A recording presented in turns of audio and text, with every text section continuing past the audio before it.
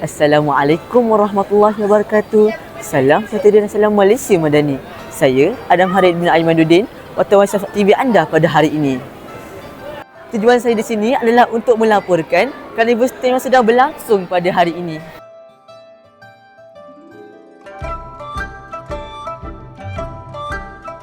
Antara aktiviti yang dijalankan ialah Sudoku Master, Mock-up Challenge, Swing Bucket dan Warna STEM. Selain itu, acara eksplorasi teknologi AI dari Exporia turut diadakan bersempena dengan jelajah sains dan digital. Program yang dianjurkan ini mendapat banyak penyertaan yang sangat positif dan meriah daripada semua murid. Mari kita saksikan.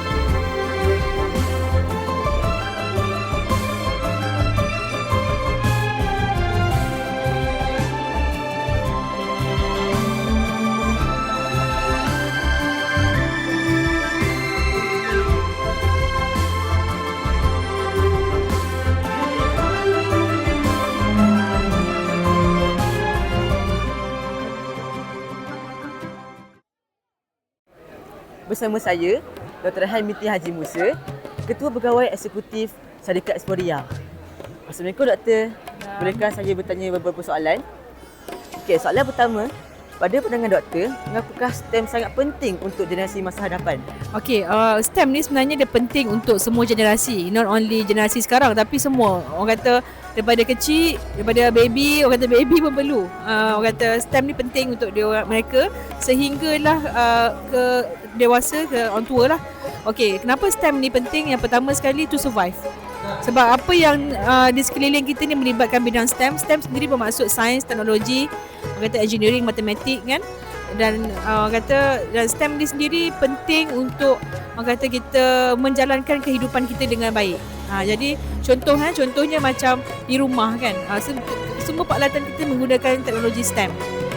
Lepas tu yang kedua, yang mana kepentingan STEM satu lagi untuk kata kita pentingnya anak-anak muda sekarang kata faham dan orang kata menguasai bidang STEM dengan baik supaya mereka ni boleh jadi orang kata pelapis ataupun mencipta teknologi masa hadapan.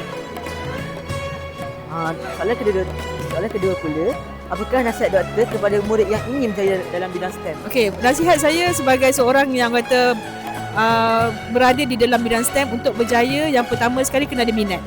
Sebab minat ni akan memotivasikan kita untuk pergi lagi jauh. Okey, yang kedua kena orang kata asas bidang STEM sendiri, bidang sains tu sendiri kena sangat kuat lah. Contoh nak jadi doktor, kita tak boleh orang kata mempunyai penguasaan STEM yang lemah, kena penguasaan STEM yang sangat tinggi. Contohnya kalau nak jadi doktor, penguasaan ilmu sains hayat, contohnya biologi, kena sangat baik. Kalau tidak macam mana kita nak orang kata nak merawat pesakit dengan baik ya kalau doktor.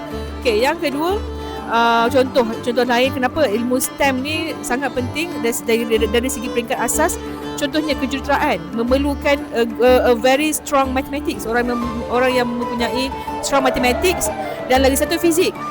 Jadi saya boleh kata untuk berjaya, satu yang pertama minat, yang kedua penguasaan sains asas, sains hayat dan sains fizikal. Okey. Terima kasih Doktor. Dah betulkan semuanya tadi? Dengan ini saya mengakhiri laporan dengan mengharapkan semua pelibatan murid dalam karnival ini menjadi satu tiap permulaan bagi bidang sains, teknologi, jurutera dan matematik. Okey, sekian laporan daripada saya, Adam Harid bin Aimanuddin untuk TV Syams. Sekian, terima kasih. Bye-bye semua.